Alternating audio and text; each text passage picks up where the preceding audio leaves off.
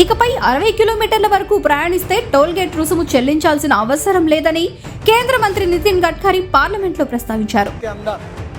60 kilometre के अंदर एक ही टोल नाका होगा, दूसरा होगा तो वो बंद किया जाएगा. మీ ఇంటి వద్ద నుండి సుమారు 60 కిలోమీటర్ల వరకు టోల్ ట్యాక్స్ చెల్లించాల్సిన పని లేదని, ఆధార్ కార్డు చూపించి ఫ్రీగా టోల్ ప్లాజా దాటొచ్చని కేంద్ర ప్రభుత్వం ఆదేశాలు జారీ చేసింది.